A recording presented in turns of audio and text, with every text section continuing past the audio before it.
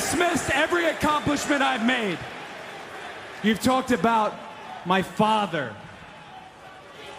Well, you call me an entitled millennial, I call you a carny succubus, because the dirty secret about you, the dirty secret is you need this generation more than it needs you. What up, y'all? It's KMB, the Sexy Ninja, and the place to be for a Paper Saber universe, and this is the New World Podcast. Brother, we're talking about NXT, November 11th, 2025. Vic Booker on commentary. All right, this is a night we are building to Gold Rush, the 2-week special. We are building, to Deadline. What's next? We got the big last man standing match between Ricky and Trick. What happens afterwards? Because I feel like this is Trick's last trick. His last trip to even try to go for that world championship.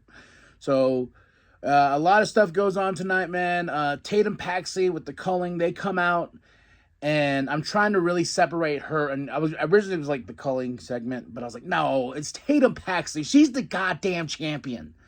And there's the culling. You got Izzy. Izzy's there. You can tell she wants that championship. She wants the opportunity. She's trying to sway her friend into giving that opportunity to her because she is jealous of Tatum. Fatal Influence comes out. And JC goes, hey, I just want you to know, you want to be a real champion, then give me back my rematch. Give me my rematch. You should be the leader of this group. And Tatum's like, yeah. And Izzy's like, no, don't listen to him. But then Izzy's like, oh, gets a little glimpse of hope because Tatum's like, you know what? I have to choose wisely who I'm going to face for this championship. And I have to not just give opportunities out, blah, blah, blah. And Izzy's like, yeah. And then all of a sudden she goes, except after New York, no, it's at Gold Rush. Me and you for this title. Izzy's pissed. She's like, God damn it. Tatum. So we're going to get Tatum versus JC one more time. And we got Gold Rush for 2 weeks, baby. 2 weeks. Two time. We go into a speed match.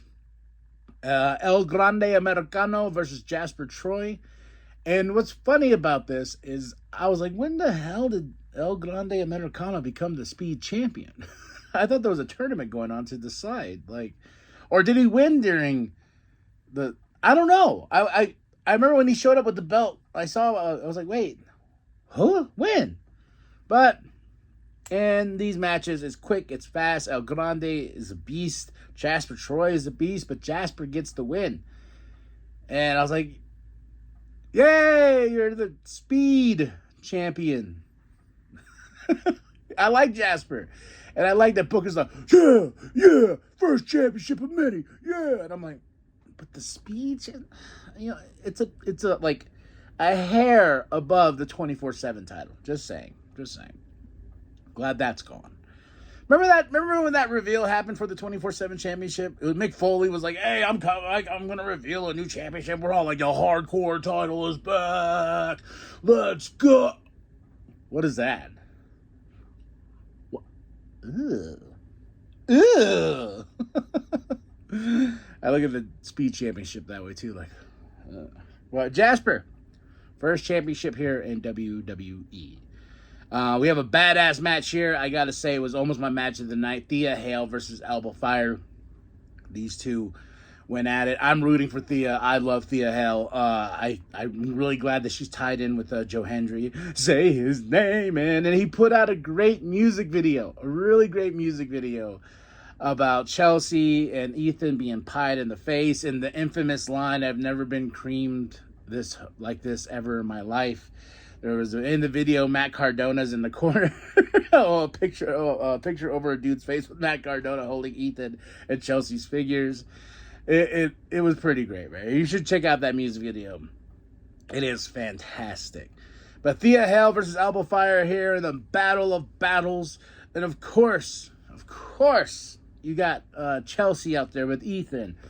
Then you have Joe out there, and this really great spot where Joe grabs Ethan, and bam, and then Chelsea's gonna come in and slap Joe. Joe ducks it. She slaps Ethan. She's like, "No, you made me do that." Then here comes Thea Hale. Bam. Then it all ends with the 1, 2, 3. Thea Hale got a win, and I'm like, yes, she's a winner, winner, chicken dinner. Whoa. Look at the arm. All right, so we go into Leon. He's not there. Javon, Dark State. Who cares? I hate Dark State. I want Leon and Javon to beat them for those titles. And Dark State comes to the ring, and Javon's like, "Oh yeah, you think you guys are stupid? You guys are stupid. Come on!" And Leon comes out. He's actually there. Woo! Big fight. And I'm like, yeah. I'm not really. I don't feel Dark State. I know they're talented individuals, but as a group, Team Shield at best. Then we go right into Trick. He's backstage, and Kalani Jordan walks up and tells him, like, "Hey, man, you were right. And you got to be selfish." And Trick's like, "Damn right. You got to be selfish. You want to be champion? You have to be selfish. It's lonely at the top, but it's worth it in the end." So Kalani taking a lot of Mr. Trick's words to heart and being like, "Yes, you are right, Trick." Then we go right into Fallon Henley and Skylar Ray, a debut here. This speed match. I like how they get these speed matches all the way down to the last minute. I feel like that's where you're supposed to be like, oh, they only got like 46 seconds left. Oh, but no. Fallon Henley, God, she's good. Oh my gosh, she is good. She's good. She takes out Skylar Ray in a big boom. Fallon gets the win. I believe this is the tournament part where, we're building up to the vacated speed championship from Soul, who was hurt. Then we go right into Tavion Heights versus Josh Briggs. This beef, this feud. Miles Bourne's out there somewhere because they all hate each other. But Tavion, I gotta say, I was never the biggest Tavion fan, but man, in this match, he pulled out some things I was just like, damn! Oh, shit! Josh Briggs, he's getting better. I feel like he's getting better on the mic. He's getting better as a heel. I think he just needs a little more growth, especially Tavion. And that's the whole point of NXT is like, what works, what doesn't work, And when Shawn Michaels is cooking, he gets cooking. And speaking of Bourne, he's backstage with Ava after Tavion gets the win. And Bourne's like, I'm going to go watch this match. I'm going to, because he got a title opportunity at some point, right? I believe so. But here comes Ren. She's trying to get the No Quarter Catch Crew Women's Edition going. And they said they need one more member. Kendall Gray comes in. And she's like, yeah, I love it. Melting, mind melting. We got to get this. Who's the third member of this group? And all of a sudden, what did the Five Fingers say to the face? Laney comes in from Fatal Influence and goes, slaps Kendall Gray because she is the Evolve champion. God, there's so many titles. Everyone bitches about AEW having a shit ton of titles. It's like WWE has a crap ton of titles too. They got the Evolve Championship, you got the Speed Championship, you got this championship. I think all wrestling companies in general has too many championships. It's not just AEW. That's what, as much as I was like, we don't really need a national championship. I know I'm going on a quick rant here. They're like, everyone's like, oh my God, look, AEW's got a bazillion belts. And I remember like going through being like, I know the NWA has a national title. Let me go onto their website and see who's currently champion. And I was like, oh my, TV champion, TV women's champion, this title. I was like, what the fuck? And I was like, oh my gosh, I'm just looking for the national championship. 30 belts later, I finally find out. I'm like, oh, okay. Then I went to New Japan. I was like, oh my gosh, you want to talk about titles? So I hate the fact that everyone's just like, AEW has too many titles. Everyone has too many titles, especially WWE, because we got to evolve. You know what I'm saying. And remember, what the Five Fingers say to the face? Shut it up. So now the main event, last man standing match, my match of the night. These two went to war. Ricky Saints versus Trick Williams.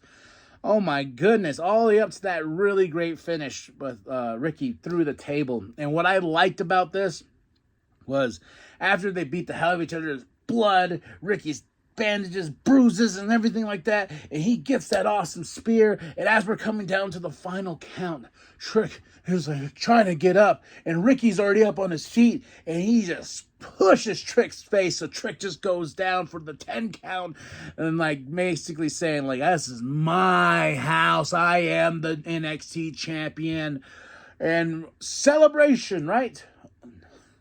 Right? Wrong. Guess who's back? The ruler.